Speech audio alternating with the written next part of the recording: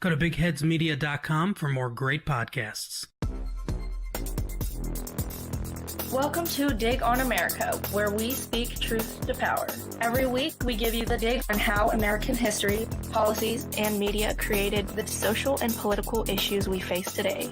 DOA is independent media supported by listeners, but they'll tell you we're just fake news, deep state propaganda, funded by George Soros, the Clinton Foundation, BLM Marxists, and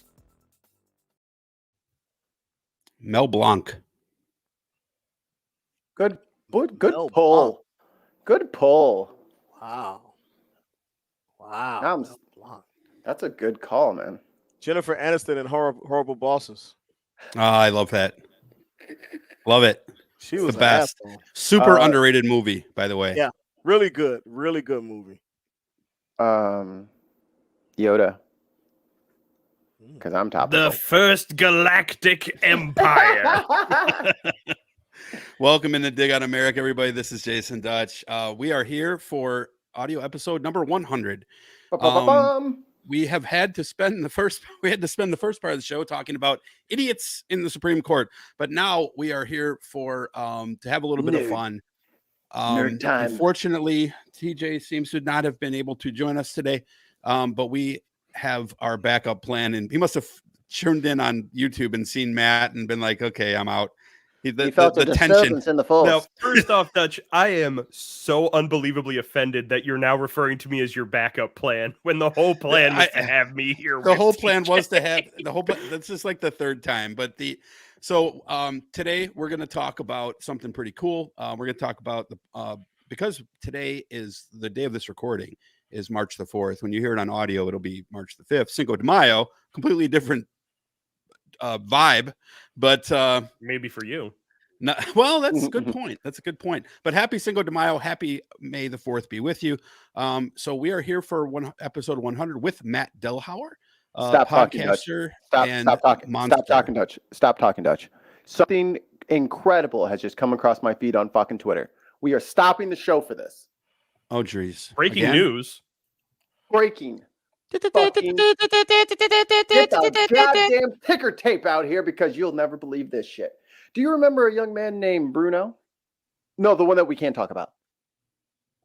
Bruno Amato, maybe? Yes. Oh, I was going to say, are you speaking of Mr. Mars? Yeah, Bruno Amato. Coming on this show will change your life. Yes, he's with Mark Hamill. There we go. That's awesome. Unfortunately, Bruno decided... I wish he would have not dropped out of the congressional race. But congrats, Bruno. We like Bruno Amato here at Dig on America. But speaking of Mark Hamill, we're going to talk today about Star Wars. And specifically, that it's political and some of the political themes around that. So, you know what? To get into it, why don't we just... jump right into today's dig. So now what you're telling me is that you want me to essentially go step by step into Palpatine's plan on how he was able to infiltrate the Senate of the Republic, take it over from the inside, and entirely turn it into his own playground. Basically, that's what we'll talk about. So I'll start this out as I normally started out here. Hold on a second. My 8th grade social studies teacher, Mr. Humble, did not teach me a fucking thing about Star Wars because it has nothing to do with... It wasn't out yet. However, my film teacher, Mrs. Masowitz, or whatever the fuck her name was, she was a real... she did not tell us about the political undertones within the Star Wars universe, and she dropped the ball big time. So today, we are going to talk about Star Wars. We're going to talk about politics, and we're going to talk about the intersection there and the juxtaposition of those. So real quick, I will give you, for those who are idiots and have never heard of Star Wars or live under a rock, Star Wars is an American space opera multimedia franchise created by George Lucas, which began with the 1977 film and quickly became a worldwide pop culture phenomenon. The franchise has been expanded into various films and other media, including television series, video games, novels, comic books, theme park attractions, and themed areas compromising an all-encompassing fictional universe. In 2020, the total value was estimated at $70 billion. Star Wars is currently the 5th highest grossing media franchise of all time, and is owned by Disney. There is a there were 3 films that came out in the early 90s that were episodes 1, 2, and 3. 1977, 1979, 1982 were the middle 3 episodes, episode 4, 5, and 6. And then I have, what was it, 2015, 2017, 2019? I forget when the most recent 3 came out. Nobody knows. Dutch, I'm immediately going to actually you. Okay. Get him. The prequels came out into the early 2000s. You douchebag. He took you off the screen because you were correcting him. because So if you could just say, me. How dare you know more than me on this subject? how dare you know what you came here to talk about? So little bit of background here about Matt. So Matt is, for those who don't know who Matt Delhauer is, Matt is on the show for a reason. Matt, I forget what the name of your old podcast was because you haven't done it in years. Yep. But it literally was my favorite show. And he would Ginger Geek podcast. I know you're trying to make me say it for you. The Ginger Geek podcast. And he would kind of talk about film and then a lot of like the psychology or other undertones that went along with that film, right? Yes. And it was very ironically deep. enough, the first episode I ever made was legitimately about Star Wars. It was about Luke Skywalker specifically, wasn't it? Yes, Luke Skywalker in The Last Jedi and how his journey mirrors Carl Jung's concept of the shadow. Gotcha. Okay, and now that you say that, I remember that. But so that is why you are here, because Matt is great at this type of thing. He does a show on. Well, why don't you tell people? You do a show on Jock and Nerd. It is called WTF Happened, right? Yes, and that is essentially what. So WTF happened? What the fuck happened? For those who are nasty, Miss Jackson. It's essentially what we will do is when it gets to a point where Imran decides that there isn't anything important enough for them to have to cover on the show, I will show up and give him a break for a week where essentially we will all watch a really bad comic book movie, or in the case of Alien 3, genre comic book adjacent movie.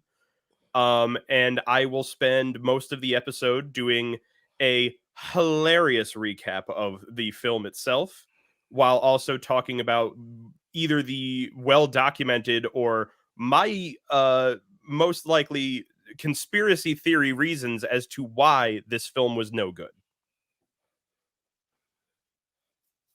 Exactly. And now we're going to talk about let Matt do his thing. I have a little bit of content to talk about here, but no one warned me that this was a what the fuck happened to Star Wars. Well, I don't think that I don't think that it has to be that, obviously, but I'm kind of kidding. But there are a lot of things within this franchise that are just super overtly political. And I think that just to kind of break this out, there was a story that I was looking at that was a couple years old, like from 2017, that when the episode 7 came into theaters, there was a sentiment, I guess we'll call it, that the movie was too political. And Michael Eisner had said that the movie was totally non-political, and he like went out and tweeted about it. And he went on news shows and everything, was like, this movie is completely, apolitical. It's just a fun movie. And you got to remember, at the time, this was like early in the Trump tenure, right? So all of that Trump-Hillary stuff was still going on. Well, no, it was 2015. This was Obama era. This was during the campaign, right? So you're correct. Thank you for correcting me on that. This was during the early stages of the political campaign, and this obviously one of the most tumultuous political campaigns that we've had in this country. But this particular interview that I was reading about was from 2017, and this article went viral as being retweeted, with people just basically going on to retweeting this article and then saying, hey, what about this? What about this? What about this? What about this? And I think what it would be fun to do is just talk about some of those themes. So I'll start with Matt for this, and Hello. we'll basically just have a little bit of fun here. There's not going to be any structure to this. This is just whatever it is. So anything? yeah, there's structure to a lot of things. How's your house, your car, I'm talking about your headphones? as it relates to this show. Oh no, there's no structure whatsoever. No. This show 100 has no- episodes, not a single fucking outline. I was about to say, I'm about to go get a bottle. Mr. Flying Butt Pliers every episode. No internet connection. Well, usually the dig is pretty well scripted. This one, there is no script to it. So, because like I said, for 100, we're throwing caution to the wind. So just putting your nuts on the table. Let me start with this, and then I'll let Matt and TJ and Mikey and Haas kind of jump in. There it is. Weed because it's the 100th episode. I'm gonna get a fucking bottle of prosecco. I'll be right back. He's going hardcore. He's getting a bottle of prosecco. So let me. Meanwhile, set I got the coffee stage. with cracking black roast in it. I was gonna say, and I'm sitting here trying to chug down the rest of my fucking gallon of water. No, you're missing out. Do that. It's Put vodka in there. Put vodka in there. You don't need to drink all of that water. So outside, leaving Rogue One to the side, if you start at episode 1, episode 1 of Star Wars starts out with Qui-Gon Jinn, played by Liam Neeson. That's true. And Ewan McGregor's Obi-Wan Kenobi, basically being liaisons on behalf of the Republic and the Senate of the Republic specifically, and going on a political mission during which they are encountering a corporation, the Trade Federation, which somehow has a political presence and weapons. And while on this mission, free a white kid from slavery. So I will pass this non-political, completely apolitical series over to my esteemed guests and co-hosts to talk about. So the wonderful thing that I actually have at my disposal at the moment, Dutch, is my ability to constantly actually you about very minute and really unimportant details about the complicated plot of the Phantom Menace. Some of the things about that aspect that I really like. Number one, while Qui-Gon Jinn and Obi-Wan Kenobi are in fact in a way representatives of the Senate in the diplomatic mission that they are currently on, they are not recognized as being on behalf of the Senate. They were actually sent on behest of Chancellor Valorum behind the back of the Senate, thinking he could try and get this backroom deal done without having to pull in any sort of vote from the Senate. Number two, the Trade Federation is not a full-on corporation. It is a union of numerous trade companies. So this is essentially the idea of having a senator send 2 priests secretly to meet with the Teamsters Union and tell them, you guys have to stop essentially striking from your job and just kind of shut up and do what you're told. There goes my cat. And and one of the funny things is, I think it was in The Phantom Menace, where Dooku, who, by the way... you said Dooku, so it's not The Phantom Menace. It's okay. So that's the second one. I try to forget The Phantom Menace, generally. Everybody does. The thing is that with the prequels, the overall concept of the prequels is super interesting because of the deeply political storyline going on, but on how you are essentially creating this subversive destruction of democracy in order to create a fascist dictatorship. Okay, so the execution of the prequels sucks. So let's, since you're right, okay, and again, you're the expert here. I'm just the guy remembering things. I'll yell at you every time. So let's leave Dooku and the second film off the table for a minute, because there are some super interesting facets there.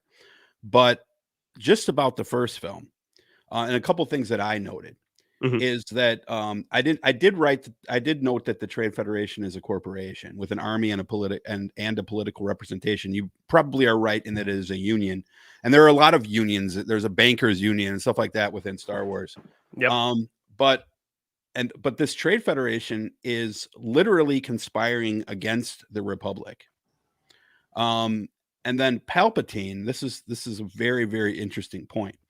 Palpatine, based on the behavior of the Trade Federation, which, by the way, is one of the most racist depictions of an Asian that I've ever seen by anyone ever.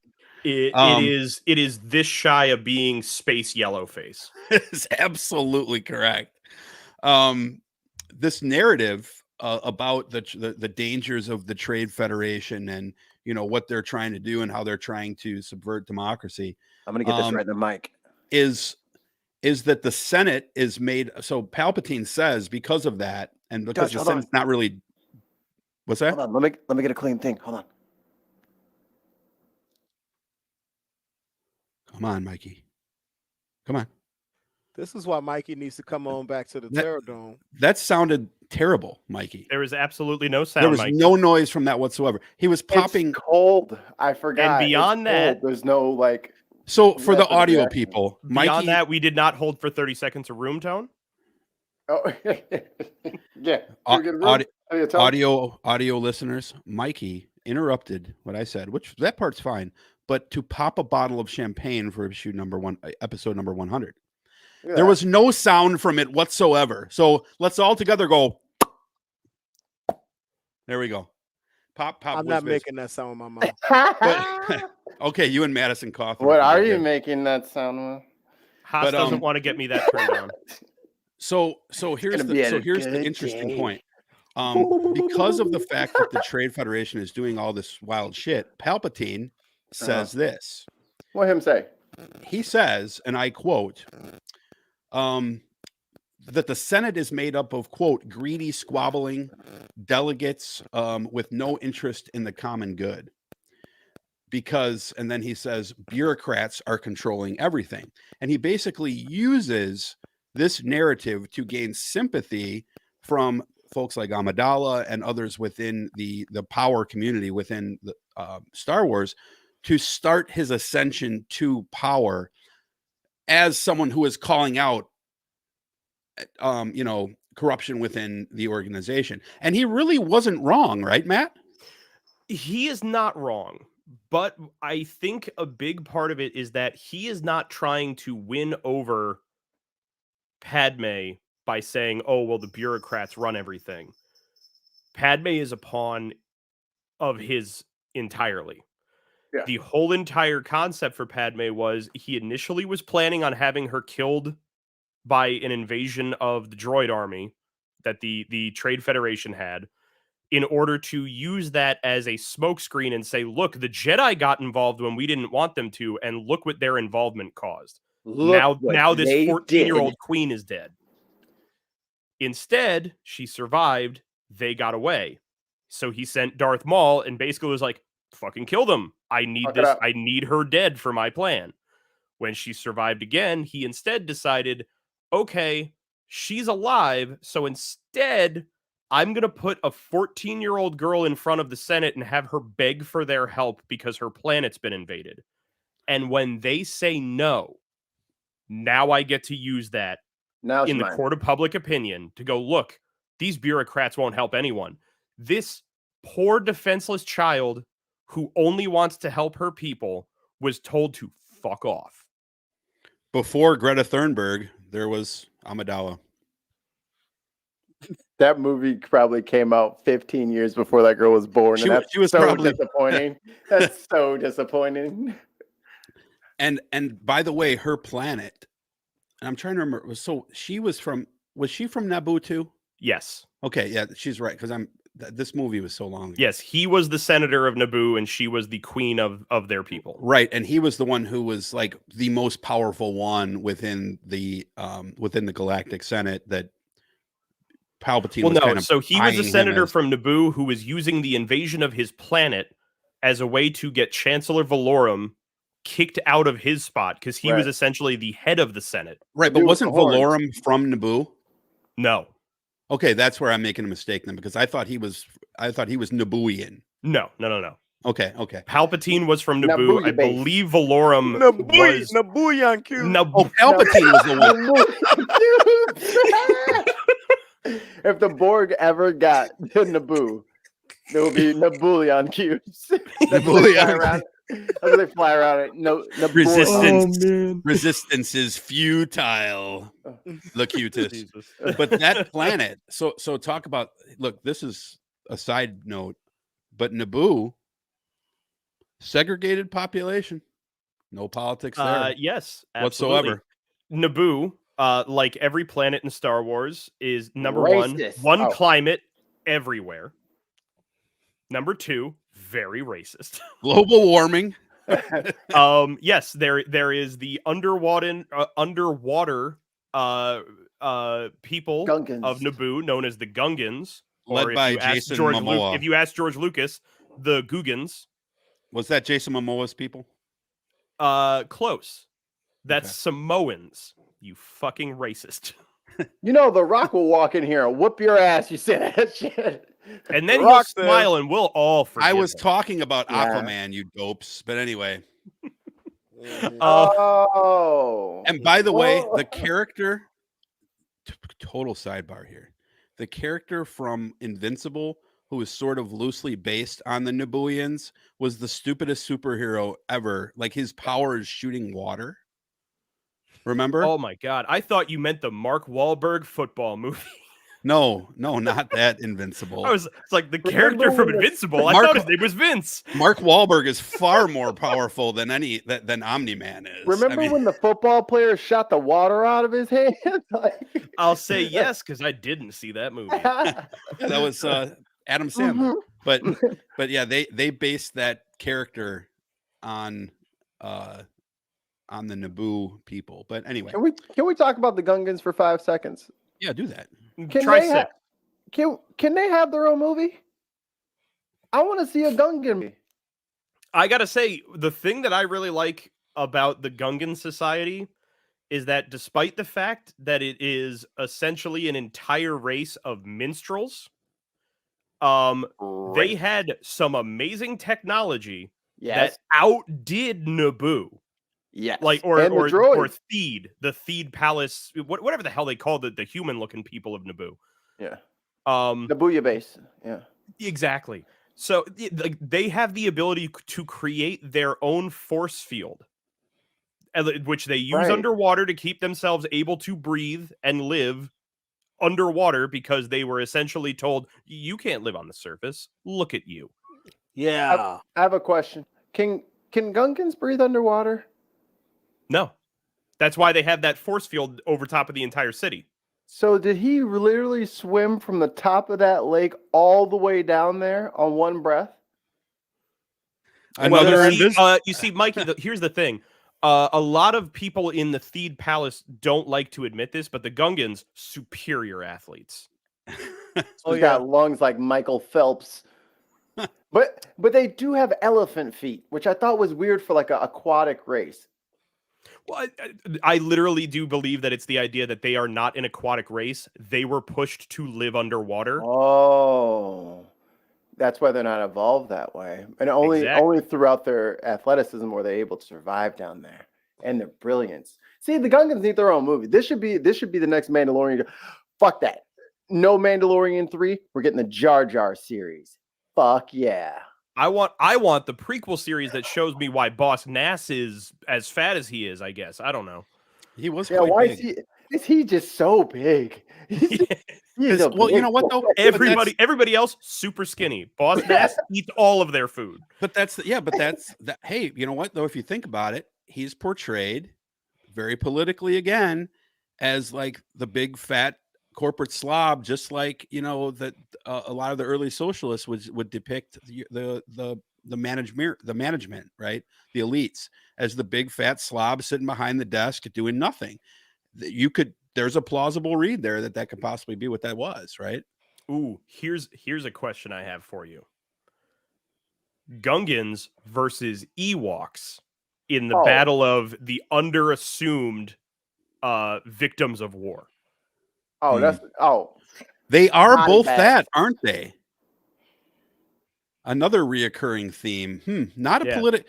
You know what? I not political though. Not political. There's no politics whatsoever. Yeah, having the major war machine state come moving in to take down the for lack of a better Natives. term, savages on their home planet. Yeah, which was copied in Avatar once again.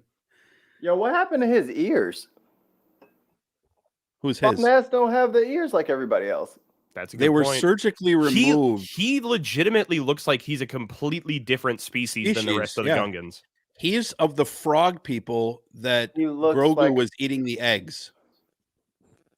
You know Is what? that legit, or are you making that up? I made that up just now. Oh, okay. But I might be right. Because I mean, my man. Prove me wrong. Look well, at him. now here's the other Look side at of it. He does have like this full-on headdress thing. It very well could be that they're like pushed back under it. Maybe he's half Huttian. But the Gungans he does have a very Hutt facial structure. His ears are under the hat, dudes. Nah, man. Wait, it's not under the hat. right there, the shoulder pads. He got the extended ears. Yeah. Yeah, he's just wearing a fat suit. He got the ear extension surgery. He got him slicked back like that. See, here, but that's a Gungan. Mikey, mm-hmm. that second row, like the close up, second one in on the left. That didn't blow up. Yeah, it was small. Disappointment. But look how he's even drawn so sinistry. Look at the teeth. Oh, and the God damn, that verbiage right there is very problematic. Oh, yeah. Yes. Yeah, as I said, an entire race built on essentially a minstrel show design. It's so bad. It's just so bad. And of course, or even just the idea of like when Boss Nass decides that he has made his mind up on something, he doesn't say it, he just goes like, what the fuck is this? That was perfect. Was I by the the only way. one in the theater when Jar Jar Binks opened his mouth to talk that went like this? What the hell they done? What the hell? I was 9 years old and white. I did not know enough yet to be like, this is bad. Oh man, I was like, this is some bullshit. I think that the idiots, like, when they put that together, like, you have to think about it. You have to be like, maybe were they being overtly insensitive or overtly racist? Were they just casually insensitive, or did they think in some stupid way that they were paying homage to runaway slaves? Because it's like, get the fuck out of caricature. Here, man. But you have to kind of think of where the people are coming from. They had to be one of those three things: overtly racist, also ignorant. think of it this way, Dutch. Stop there. Jar Jar Binks is described and portrayed as being the stupidest person of his entire race, and they all still talk like him. It's some bullshit.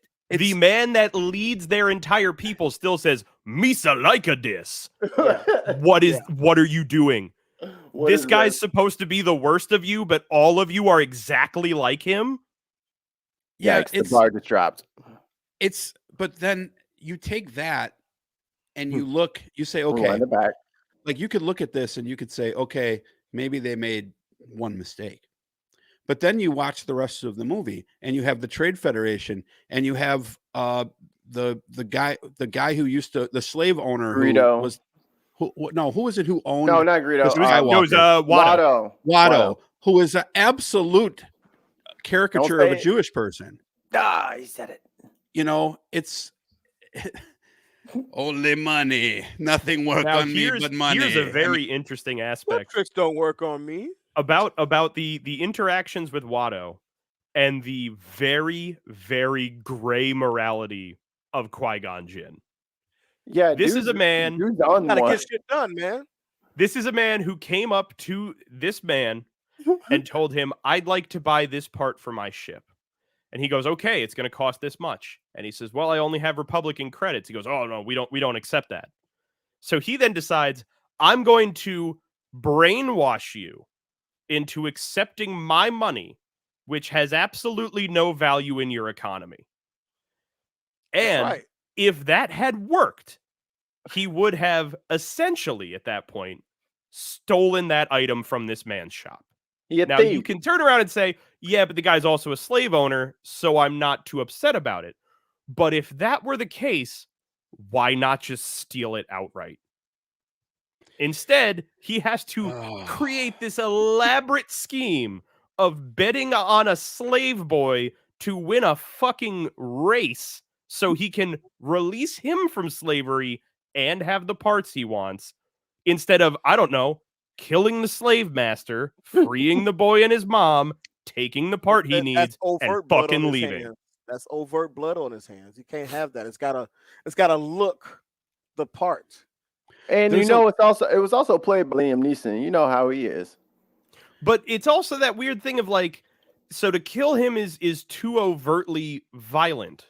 But I am perfectly fine with the idea. Like, I'll say, oh well, this is the way this planet works. I can't just start killing slave owners. But to then turn around and also be like, well, the way the planet works is you don't use fucking Republican credits. But he's fine with the idea of, oh no, I'll fucking tank your economy. Doesn't it sound like my body, my choice for masks?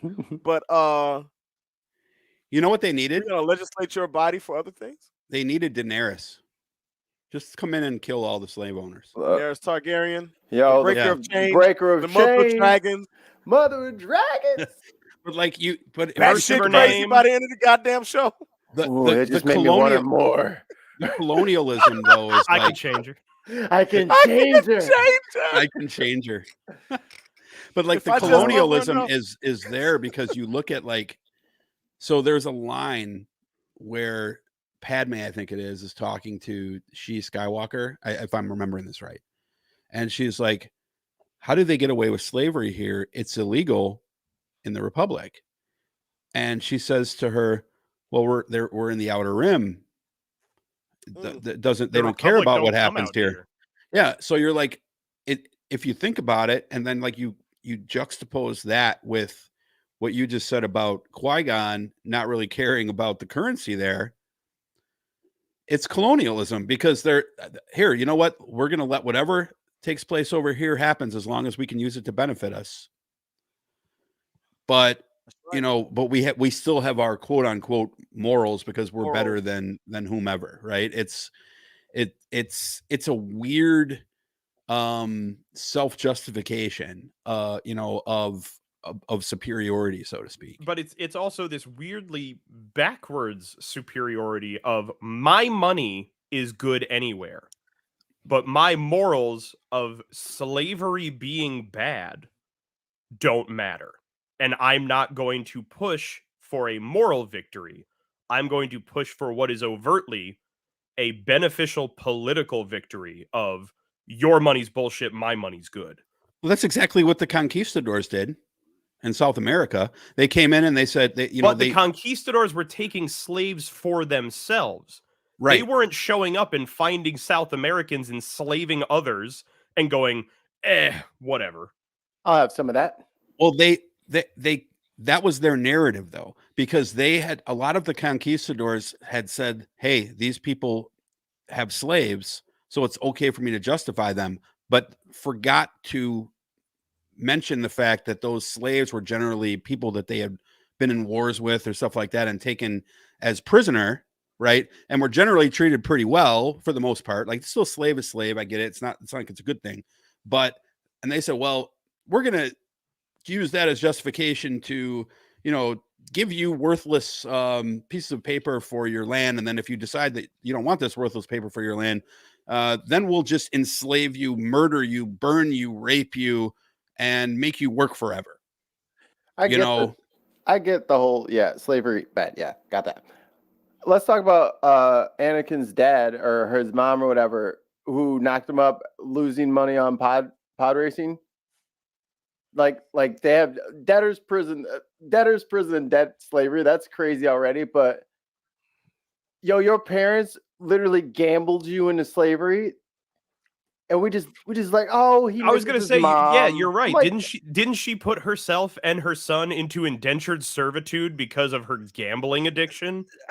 On pod racing of all things.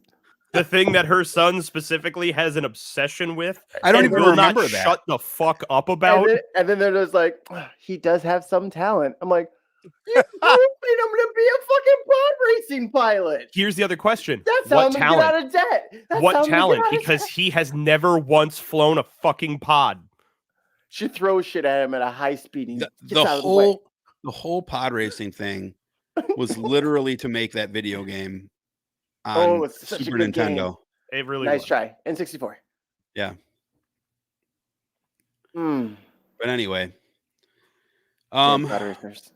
You want to move on to so I was going to say we're spending a lot of time on Phantom Menace, and it's already fucking 12:30. So let's move on. Let's move on to the next. So what I was going to bring up about the second film is, and then really we can just ditch the prequels altogether.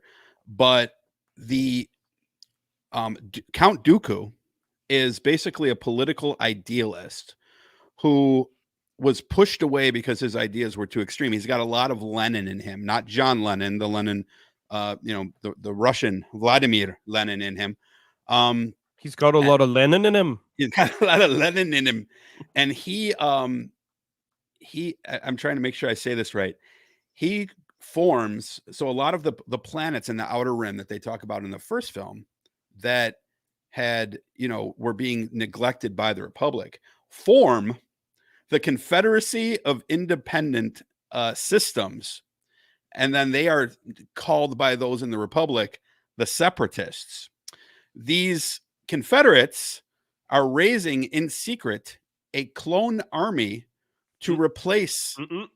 What am I missing here? So the clone army was not built for the Separatists. The Separatists that's right. It was built to take out the right. It was built to in secret, so that when Palpatine convinced the Senate to vote for an army of protection. That's why you're here, by the way, is to correct my 20-year-old knowledge of Star Wars. Yes, and my brainstorming, which is 90%. I didn't hear the correction because you kept talking during the correction. I'll go ahead and recorrect me. So the Separatists already had the droid army that they had been using for years. The clone army was designed in secret and built by Palpatine in order to push for the Republic to fight back with their own army of protection, that he could then come to them and go, by the way, I've already got an army ready to go for you. As long as we then turn around and all agree, the Jedi can't keep us safe. And that army was raised in secret by a alien race that basically was a big business. Mm-hmm. So they were Northrop Grumman. No, they were Northrop Grumman. Yeah.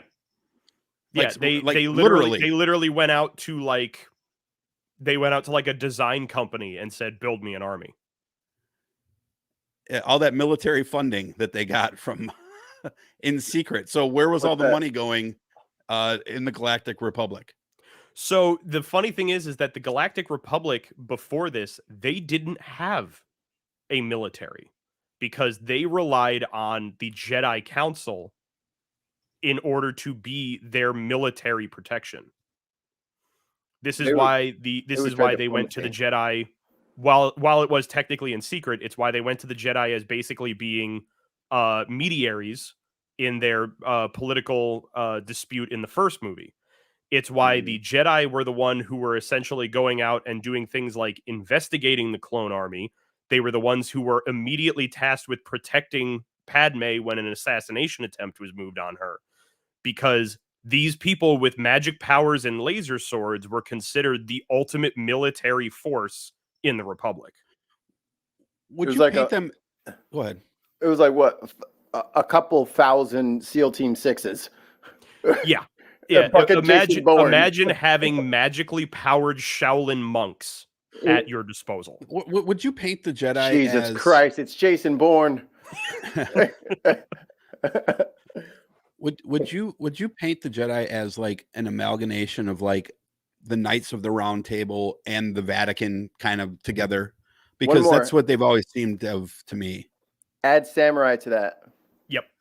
That's probably a better. There's a lot of Bushido code going on in those movies. But like, are the Jedi actually a political organization on their own? They seem as they or just enforcement of, like, they're the Supreme Court. So they are ultimately, while they do not have sway or say in the Senate and the Senate's vote of what the politics of the Republic are, they are essentially their own religious body that, while not being full-on mercenaries, are constantly sought out as being essentially guns for hire by the government.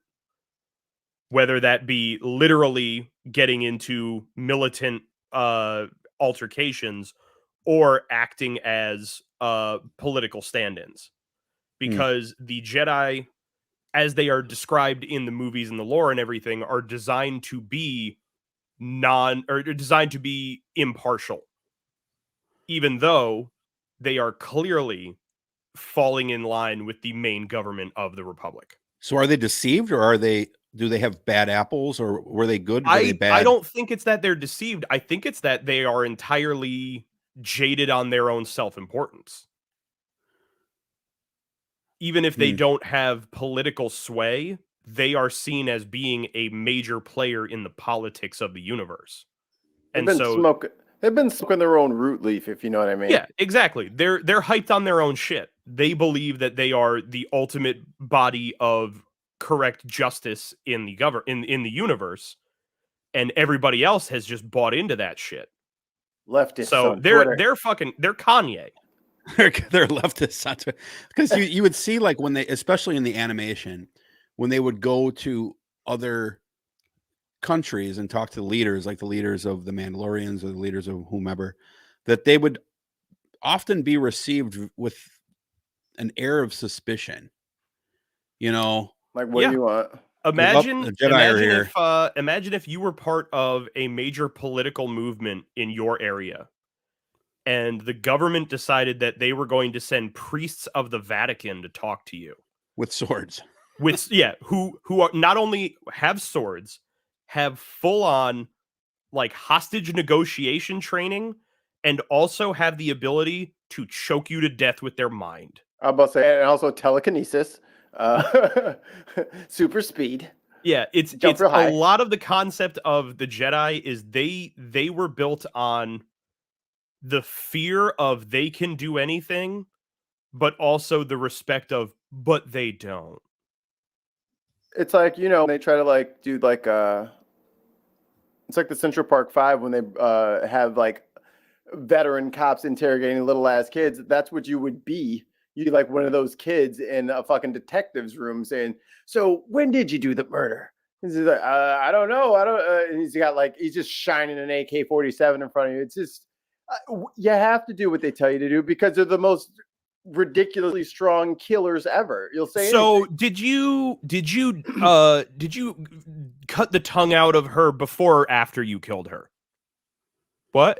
You were really angry, and that's why you did it, right? I understand why you were angry. Look, man, we're here to help. If you just tell us how it happened, and we'll help you. I didn't. I'm sorry. What did you say? Oh God. So here's a question I have. Bad apples, Mr. Expert. Actually, we've got two because Mikey knows his Star Wars. Is Dooku really a bad guy, or does he's sort of almost an anti-hero figure that just happens to be? Yeah, he has the power of the dark side, so he's the apprentice of Palpatine, right? But he almost seems to not like he's got noble intentions. It seems. Am I wrong with that? So one of the big things to really take into account when you're talking about the Jedi Order and the Jedi Council and everything, in the first movie, when Anakin is brought before them and is put through a test to see whether or not they will allow him to be trained as a Jedi, he is 9 years old. And they have decided that he's too old. And anytime you have seen the younglings that they train at the Jedi Temple beyond that, they are of the age of anywhere from 4 to 6. This is literally child soldier indoctrination. You have a militant body that decides that they need to get to you young enough that they can fully decide how you think, what you believe, and that you will never, ever question their methods. I didn't think of that because you hear it like that was what the First Order did later on, right? Mm-hmm. It's characterized completely differently by the film franchise. And the interesting aspect of that is that not only do they decide that he's too old, but you then have to think of every other Jedi that you are dealing with in that franchise means they all were brought in at like the age of 3 to start training to be Jedi. So when you have Count Dooku, who from the age of 3 was brought up in this church to believe everything that they told him, and he gets to a place where he finally decides, I don't agree with what it is that you guys do, because I believe that you are so jaded on your own beliefs that you do not actually have the best interest of the people in mind. You only carry out what it is that benefits the Jedi Order. Yeah. How is that in any way a villain? Now, granted, he does some bad shit. He works for a guy who is also a horrible person. But if you are a grown man who is having a crisis of faith because you were raised in a cult to believe one thing, you are already someone who is very easily capable of being manipulated by somebody else. And I think by the end of Attack of the Clones and going into Revenge of the Sith, that is where Dooku is he realizes, I got duped a second time and I'm not okay with it. But there are a lot of things I have done that I do in fact believe in, such as the government that runs the galaxy right now does not work for the people. It works for itself, just like the Jedi Order. Not political at all. Yeah, we're proving that there's no politics in Star Wars. Yeah, because I see a lot of parallels with Vladimir Lenin here, because he's a similar character from history. He did a lot of really bad shit, and Stalin did even worse shit, right? Mm-hmm. But and he allowed a lot of bad shit to happen because he thought the greater good of that bad stuff would lead to prosperity for those who were left over. So, it's I see some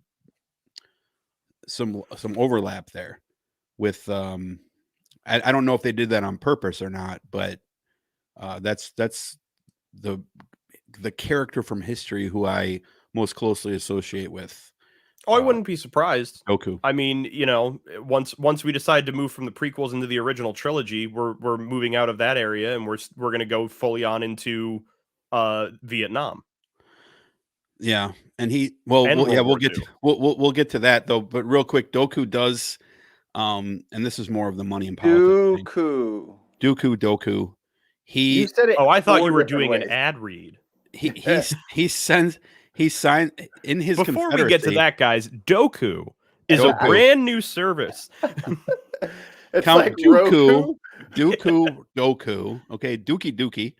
He signs an alliance, with the banking and techno unions. Gotta love that techno union. and I love that scene because I think it's right out of Dick Tracy. Like all these characters are like, the one guy's having to change his voice thing. He's like, "Oh, we will the trade unions, the techno unions have your support." And then, yes, the bankers will also side with you. So it's like they've got all these corporate interests. Yeah. Now, that's the other thing that I think is really interesting about the separatists or the Confederacy in this, is that it's not just disenfranchised outer rim systems that are signing on to this. It is unions. And unions have as much, if not more, pull than full-on fucking planets.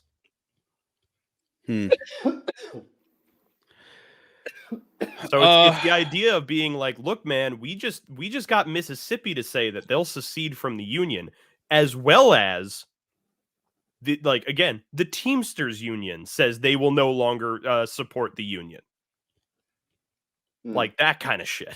I mean, it's super deep stuff. Like, and there's one last thing I want to talk about with these. Maybe you have some more political undertones from episode 3, but there was one scene in episode 2 that I thought was very interesting. I believe it was from episode 2, where Palpatine, right as he is being nominated by Amidala to be the Grand Chancellor, or whatever the fuck they call it, of the Senate. Supreme Chancellor. The Supreme Chancellor. He's like, of course we all know it's an act, right? But he's like, I love democracy. I love it. But I'm going to rule by executive order. Because that is how shit gets done. Yeah. Period. Can I say it now? Execute Order 66,000. No, not 1,000. What are you doing? What in episode 3 have you identified, Matt, that is overtly political? Because that one just seems like more of an adventure movie to me. No, episode 3 is far more of the fun adventure war film. The few things that I think you can really kind of pull into it are parallels at that point between the war created by Palpatine, in which he essentially designed and executed a proxy war to allow himself to gain more power and influence than he had before, which in 2005, we were only 2 years into our war in Iraq. Yeah. So this is a point where we are playing into the idea of the death of democracy for the rise of fascism in order to gain ultimate power. And everything beyond that, the only real things that happen is he's cleaning house at this point, because he knows he's basically won. Anybody that had ties to him previously are being killed off. He is framing the Jedi as having betrayed the Republic. Now that Dooku and Grievous are dead, the Separatist army is basically fallen apart. So the entire view that he puts forth is, my military might has not only ended the war, but it has sniffed out a mole in our operation that tried to kill me and kill our dream, and has destroyed them as well. So Haas, while you're eating your pistachios, Okie dokie hot popcorn. Thank you. Okie dokie. I do miss Okie dokie. They don't have that out here in California. Losing. And I think Matt will probably try to agree with this, and I'm interested in Haas's thought here, is like Coruscant, the Republic, like everything was very and a lot like America.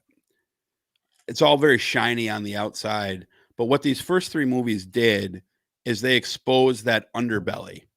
Not important at all, right? Big Haas? Very important. I think that, of course, that's purposeful.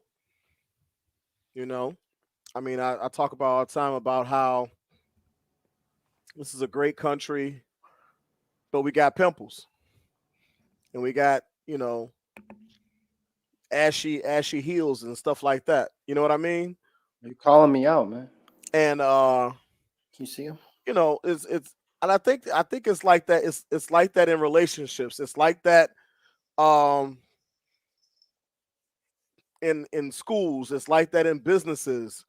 You look at a great business like Apple, but if you talk to people that work at Apple or Amazon or Microsoft or whatever, guess what? They have stories. Yep. And it's the same thing. Every place, all that glitters, or even like somebody says, no matter how fine a woman you may see, and how amazing they might look, it's somebody somewhere that's tired of her shit. You know what I mean? Everybody, and I think that Star Wars is like that, because you in the beginning of the movies, you see all these beautiful scenes and things like that, and then you get down on the planet and you start getting into the weeds, and like, damn, there's a whole bunch of underhanded bullshit going on around here, you know. So Yeah, because I don't think you only heard about all the locations in like the first 3 movies and like passing references in the original 3. So I was like, oh, cool, we're going to Coruscant. Ooh, yeah, Coruscant. ugh. Is that a lizard licking a? Oh God! Ooh, yeah, you know. I What is think this that place? Yeah, from you know, from a you distance, Coruscant is this yes, glittering planet cityscape with flying cars and everything looks great. yeah, And then when you finally get down on the ground, you got, motherfuckers in bars offering you death sticks. You right. want to buy some death sticks? That was very good. I don't want Do to it. sell you death sticks. I want to go home and think about my life. So, you know, I think that's how it is in a lot of places. I mean, you know, and it just mirrors life in general. Mhm. I told, who was I talking to? I think I was talking to my son, and I said, you know, you see a car and it looks real good, but then you get close up on it and you can see the water spots and you can see where it's got a scratch, or you can see the interior is, you know, is jacked up and one of the door handles is missing and there's a freaking spoon where you know, and that's how a lot of things are. You see from the outside and you're like, oh wow, look at that, it's wonderful. And then you get up close and you get to see the cracks. Yeah, it was like when HD TV first became a thing, and newscasters Oh God, hadn't Chris quite. Berman. Yeah, Chris They Berman and Marv Albert. they didn't realize that, hey, people can actually see that I have pits in my skin. You know, and that's fine. Have pits in your skin, but for years you put makeup on it and we couldn't see it. Now we realize you're a human. Yeah. You know. So put on more makeup. Yes, that was the solution to hide even more. HD was a revelation for a lot of people's crushes got crushed with the advent of HD. That's sure. That's why I haven't changed my glasses prescription since HD came out. You haven't had so I ain't got to worry about it. It looks exactly the same. I don't need to see shit in 4K. I get older, they stay the same age. Right. Oh, Matt McConaughey. Like as the quality goes up, my blurriness of my vision is getting worse. So it just kind of it evens out. She's at about 480p in my eyes. So here's my question. So the middle 3 movies, as a kid watching them, boring, whatever. I always just looked at these as, I mean, you had the obvious plot of, you know, a rebellion trying to take over an oppressive, evil empire, right? Oh, I'm sorry. Are you talking about the violent insurgents that are trying to overthrow a government that has brought protection and safety to the people of their domain? Well, you just answered the question before I asked it. What are the things that we as kids missed, politically speaking, in the middle 3 movies? Because these are to me the most fun. I thought you were talking. I thought that was Jesus Christ Superstar 2000. I thought it was Rocky. Is that what we're not talking about? I thought that's what we were watching. That's not Star Wars. That's not the original 3. It's not. No, it's Rocky Horror. The Rocky Horror Show. I watched the wrong thing. I thought they were the same thing. When are we getting to Wrath of Khan? Right. You know what? That's that real quick though on that. Do not bring up that. Don't say it. Don't say those 2 words. Do not bring up those 2 words today. You cannot say words? Don't say it. You already know. I'm saying it. Fuck you. No, we can't. It is our day. Okay. What is more political, Star Trek or Star Wars? You son of a bitch. I refuse to answer the question. I refuse. I plead the 5th. I think you guys that are cowards. I think that Star Wars is more deeply like deep stuff. I think that Star Trek dealt with a lot of surface type stuff. You know what I mean? Think of it this way. How many Star Trek episodes ended with them just going, guess what? Guess we're never going back to that planet that has problems.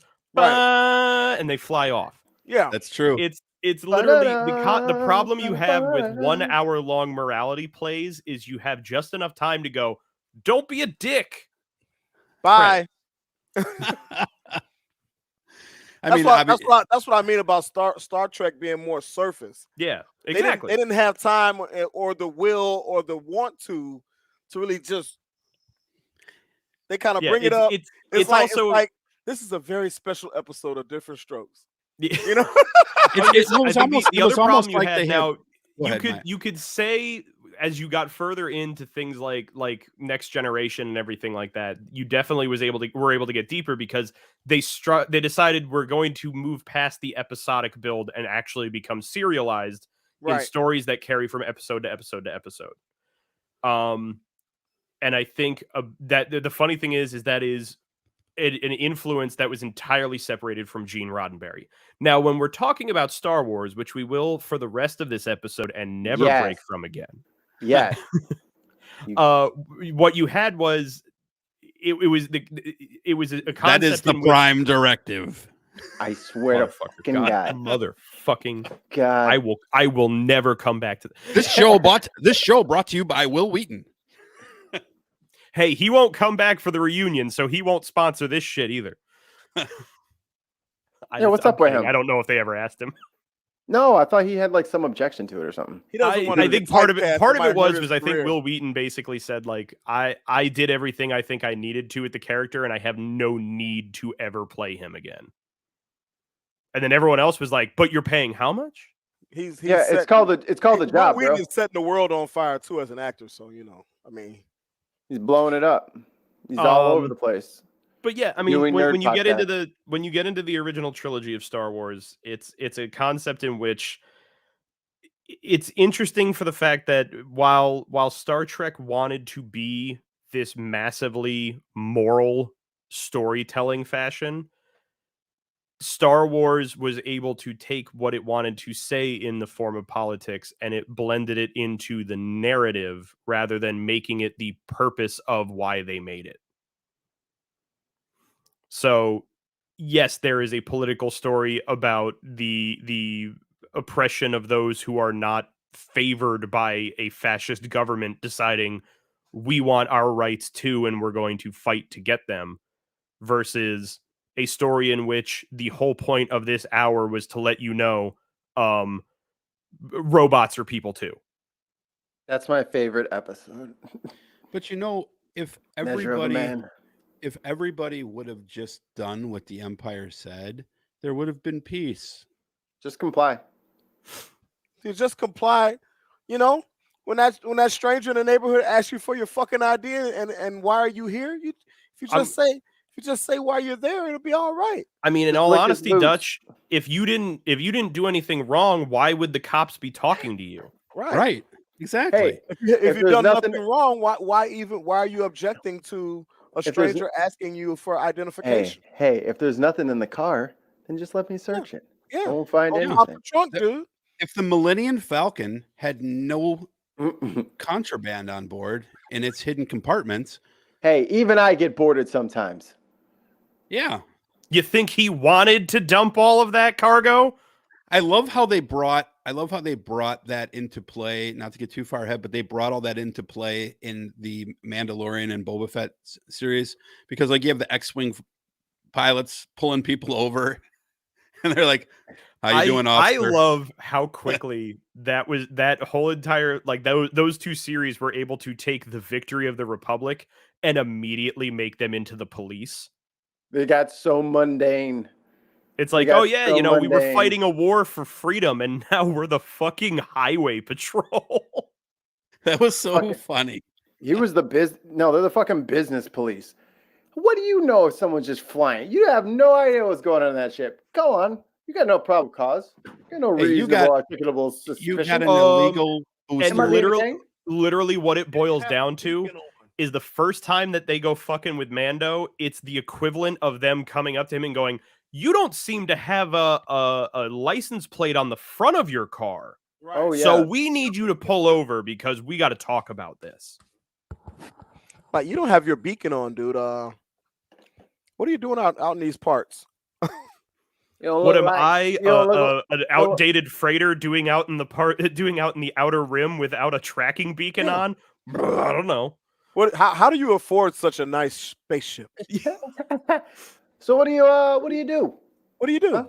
What do You got a court date? This, sir, is this your ship? Yeah. Did you borrow this from someone? Is that passenger that you have with you there of their own free will? Has that passenger been with you the whole time? Yeah. Does that green child have documentation? Actually, can you bring the child? Ears. Are you okay? Is everything okay? Yeah. I'm talking to the child. Are you okay? Yeah. No. Sir, if you impede my investigation one more time about the welfare of this child. Right. No, he was A lot of people frozen in carbonite back there, I see. he was talking to Gina Carano to make sure that she was okay. And then another, just on the new stuff real quick, Boba Fett, and this kind of like ties up a lot of stuff. Yeah, Boba Fett. Boba Fett takes over for Jabba, which is literally mob rule on Tatooine. Tries to do the right thing, and the cartels come in and basically try to take him out. Yep. And it's fucking with like, the money. It's fucking with the money. Pure poetic, like that could not be a more life reflected in art scenario, because that is exactly what happens. Like, yeah, he was a shadowy figure. He's like, you know what? I'm going to do this. I'm going to do what's right. And I'm going to help these people. They're like, no. Corporations are not going to allow you to help these people. And this is like, the Pikes are like legalized smuggling of spice. Now, that is the interesting thing to get into, is the spice trade, because that goes all the way back into the prequels, in the sense of, essentially, depending on who it is that is behind it and what they are doing with it, even Naboo had ties in the spice trade. But that shit never got talked about, because that was money changing hands between the rich inner core planets. The only perfect figure in Star Wars was Jimmy Smits. Who the hell is Jimmy Smits? He played Bail Organa. Stop it, dude. Well, he was. Jimmy Smits always plays a pretty cool dude too. Yeah, but he was the only flawless character in that, in like the whole. Maybe Leia. Chewbacca, you fucking idiot. Wedge has never done a bad thing. Yeah, I guess that's point too. That's a good point. So tell us about Vietnam. Well, major wave flag. Oh, the red, white, let's just blue. let's just jump right into the meat. I need a hero. I'm holding on for a hero in the night. Except the footage is them just like loading up the fun Millennium Falcon. All of them running to get to their X-wings. Who was Hanoi? Who was Hanoi Anna or whatever her name was? Hanoi Hannah. Yeah. In this movie, yeah. So tell us about Vietnam. We want to hear a little bit about Vietnam, there, Matt. So, I mean, the interesting aspect is that the war of the original trilogy is this odd combination of Vietnam and World War II. It is very obvious through the faceless jackboot design of the stormtroopers and the Empire that we are facing off against the Nazi regime. Yep. And a lot of the designs that they had used for the rebellion were basically built off of the American Vietnam tech and design for like the uniforms, the U.S. Army. But a major thing that they pulled on for that was that the tactics and a lot of the things that we saw, especially in like Return of the Jedi for the rebels, these were things that were vaguely based in the tactics and the work of the Vietnamese army. It is an army built of, as I joked earlier, it is an army built of insurgents trying to take down an oppressive government. The Vietnam, the Vietnam influence, as far as I understand it, and Mikey or Haas or even Dutch maybe might know better how much deeper it went from that. But I know that a lot of the overt and more subtle political push of the war of the first three films is more based in the World War II fight against the Nazis. I saw that Vietnam played a lot more in an aesthetic design at times. Yeah, and I think that I definitely agree with those undertones. I also think that there are undertones of the American Revolutionary War in this, because you had the British would always march in regiment. They played, they were always very fancy. And the Americans were portrayed, at least, as fighting more of a guerrilla style, which they went way out of their way to over characterize in the what was it, the Mel Gibson movie with Heath Ledger, where I forget the Patriot. Yeah. And Dark Knight Rises. Dark Knight Rises. Yes, that's correct. But we'll talk to the Joker before the show's over. But the British were very, well kempt, and the Americans were very ragtaggy, and that's the exact same way that the Empire was characterized compared to the rebel, as the rebels very disheveled, not as the tech is all beat up, where the Empire has these big fancy starships. So I see a lot of tie-in with the American Revolutionary War there as well. Mm-hmm. Absolutely. So and how Leia is portrayed as like this benevolent, perfect, which I mean, the character was a great character. It's one of my favorite characters in Star Wars, but but it's because no one can live up to what Leia was. There is no Leia in real life. Brother kisser. Yeah, brother kisser. Well, she didn't know though, so it was just a guy. She knew all along. Yeah, she had the Force. Anyway, the little freak. They felt the Force when they kissed each other. But they're twins, so I mean, you can't really be mad at them. Can I really be mad at them?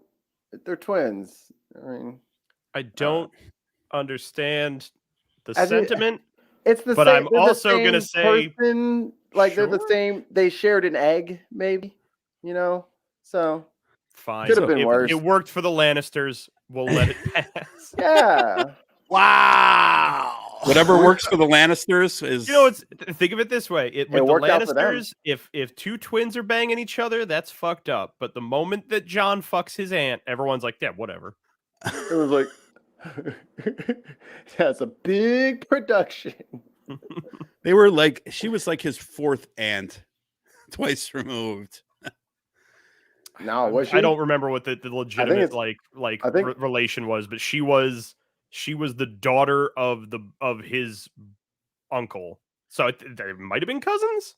Yeah, I think that's the cousin. That's a cousin. I'm trying to remember what the lineage of the fucking Targaryen family was in that sense. Mikey he's already looking it up, but it's, what do you think Dean Cain would say if he saw this show? You think he'd be talking about these woke leftists who are trying to politicize a completely non-political franchise and ruining it for everyone? I think Dean Cain would say, "Are they hiring?" All right. In the final moments of the episode, Jon told Daenerys that he is the son of Dany's brother, Rhaegar Targaryen, and therefore her nephew. Oh, so super close then. All right. Yeah, that's her brother's kid. But they're both good looking, so it's fine. And they're both heroes, kind of, I guess. I don't know. Also, he's undead and she committed genocide. Yeah, so whatevs. The familial things are the least of our concerns when it comes to those two. You're allowed to bang your nephew if you freed the slaves over in Egypt or something. Yes. After you tamed the Mongolians. But but only if they were Egyptian slaves, or Hebrew slaves, not African American slaves. Oh, here we go. But so you brought up before, as we're talking about the middle three films, the original films that are put in the middle, you brought up the Ewoks. I never thought of that before. Can you elaborate a little bit more on what you were talking about with the Ewoks? So very much in the same sense as the Gungans fighting the droid army in episode 1, The major aspect of the Ewoks is that these are creatures that are found just kind of by happenstance on their native planet or forest moon, that get basically thrown into the fight between the rebellion and the Empire. They are highly primitive in the technology that they have. Everything that they utilize as tools are built from wood tied together by either leather or sinew or whatever it might be. And very clearly are a Native American stand-in. Yeah, you're right. I never put that together.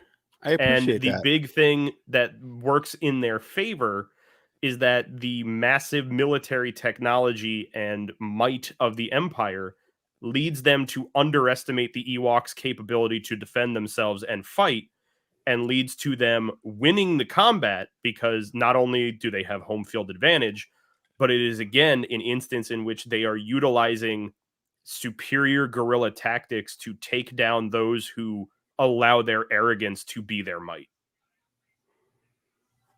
They didn't suspect a thing, Father. The arrogant never do. Little Infinity War reference for you, or Endgame reference for you there.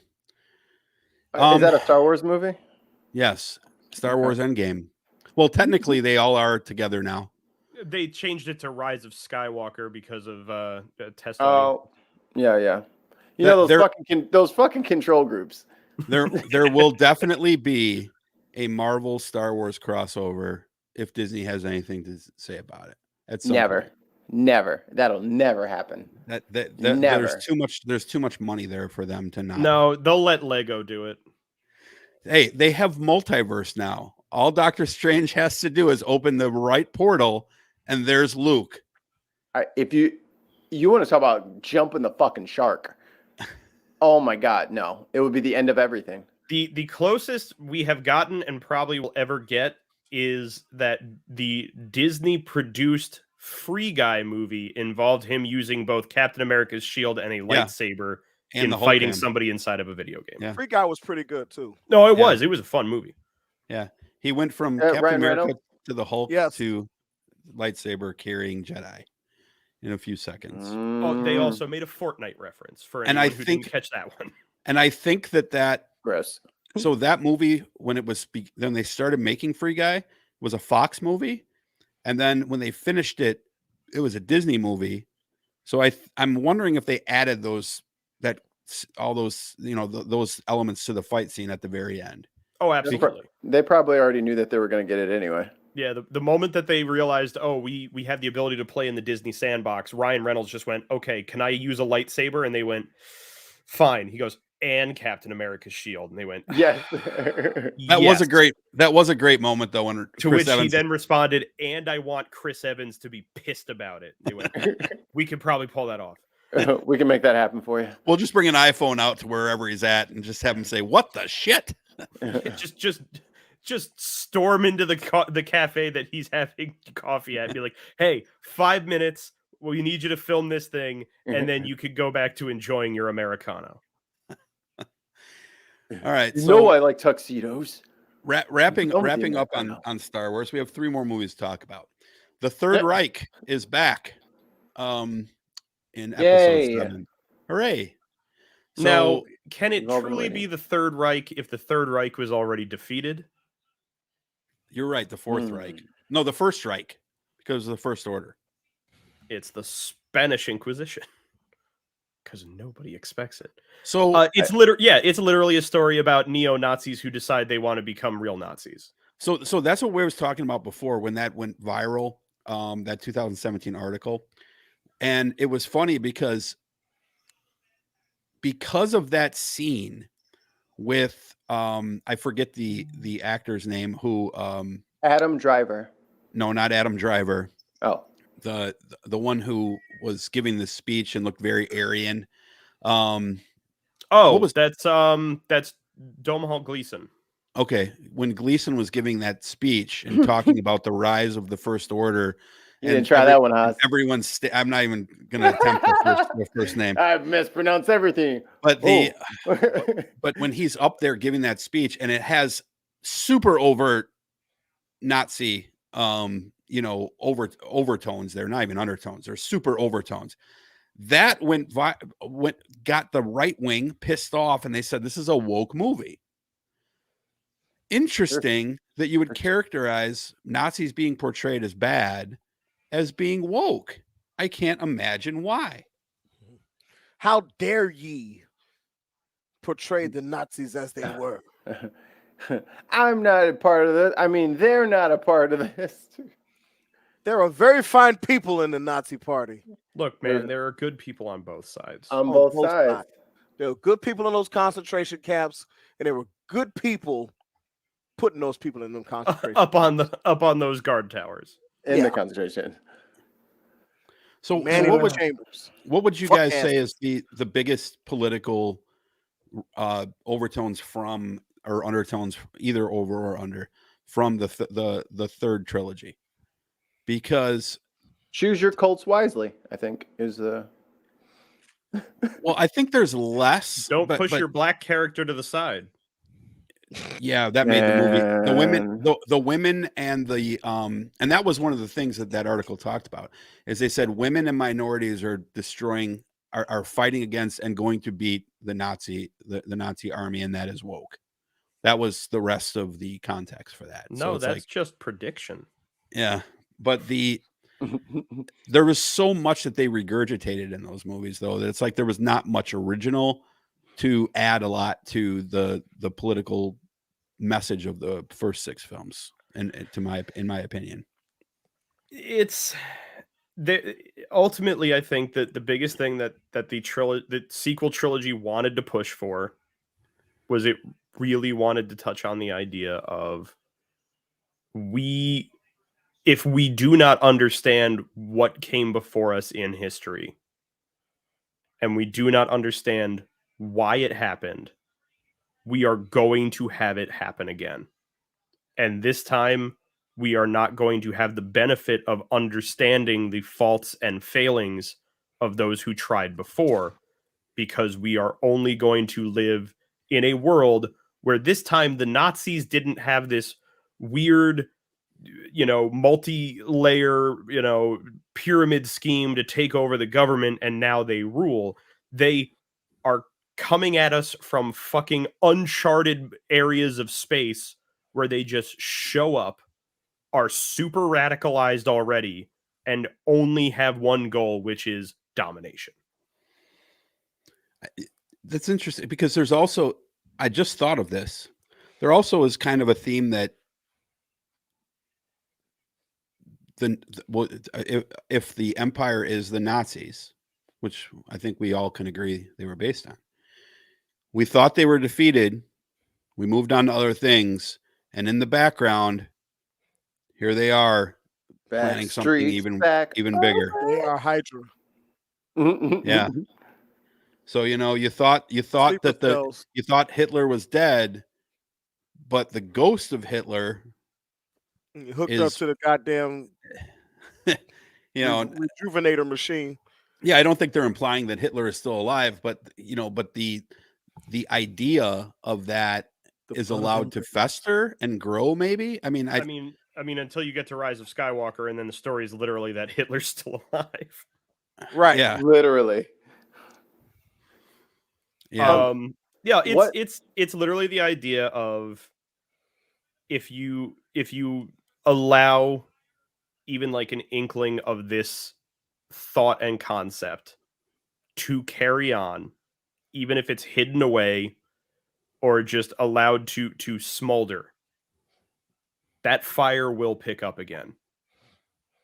That's right. And the problem with it is that it's difficult to understand how you can fully combat that before it becomes a problem, because you're always going to have someone who believed in that shitty cause passing their shitty beliefs on to the next generation. It's those shitty beliefs end up in the holding the levers of power is when they get problematic. Yeah. As long as they're in the trailer park or in the just down in among the rank and file, that's one thing. But when you start getting people who believe in those old adages of manipulating the levers of power, much like we're seeing right now here in America and across the world with this ultra right wing slant that's taking place in many countries. That's when you have the problems. Yeah, a racist on his own can only affect so many people around him, but a racist with charisma can hurt so many more people. Mm-hmm. And as long as you can get others to listen and believe what you believe and push them to follow your agenda, that is where the danger lies. And the problem is that it's not a perfect one-to-one concept for the sequel movies because they fucking bungled it so hard. But I feel like that is really what they wanted to try and get to.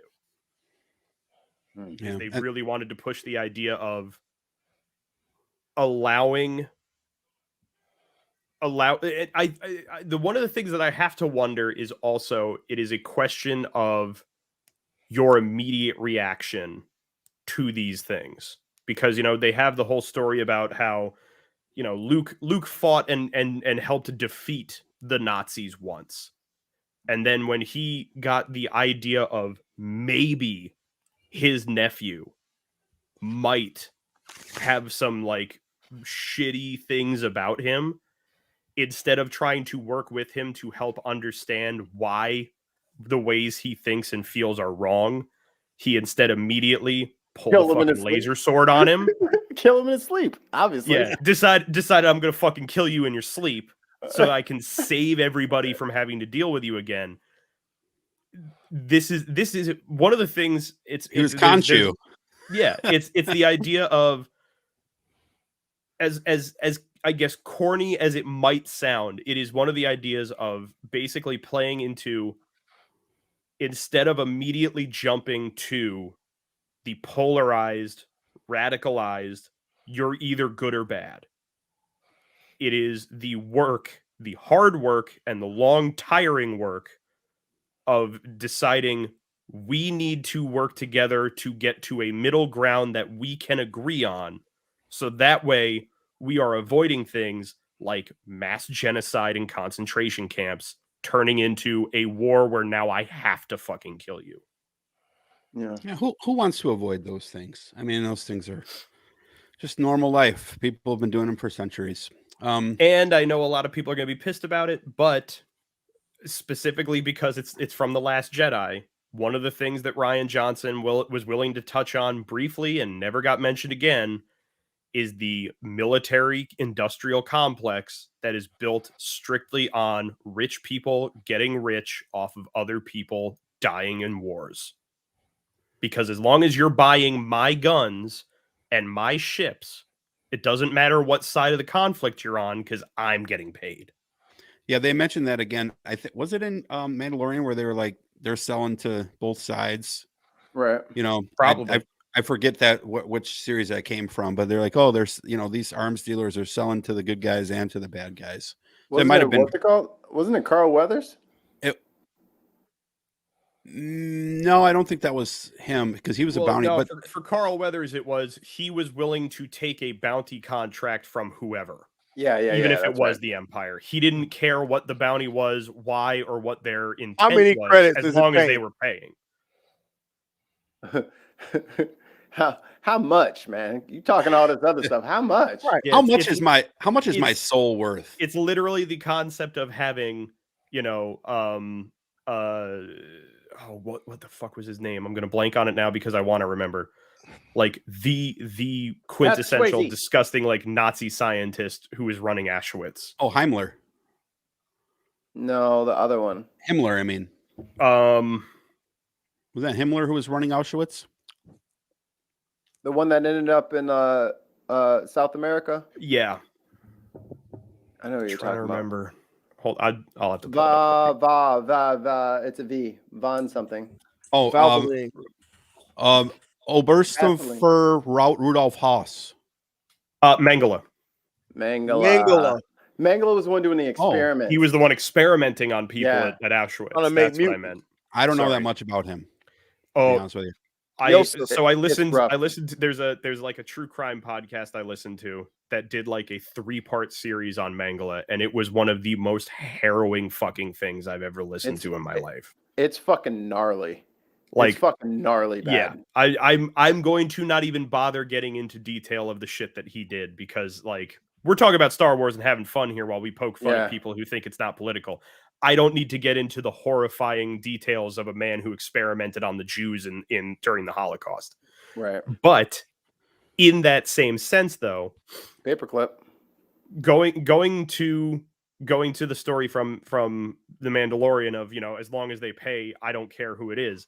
That is someone who is essentially saying Joseph Mangala could come to me and say that he needs me to find and bring him Jewish children, but as long as his money pays, I don't care. I'm just dropping these kids off, man. I'm just driving this freighter. Drop them off with their Uncle Chuck. I'm just following orders, man. So before we get to the humidor, and as we close off this fascinating convo, and first of all, Matt, thank you very much. We appreciate it, because your insight on this pop culture shit is always way above my head.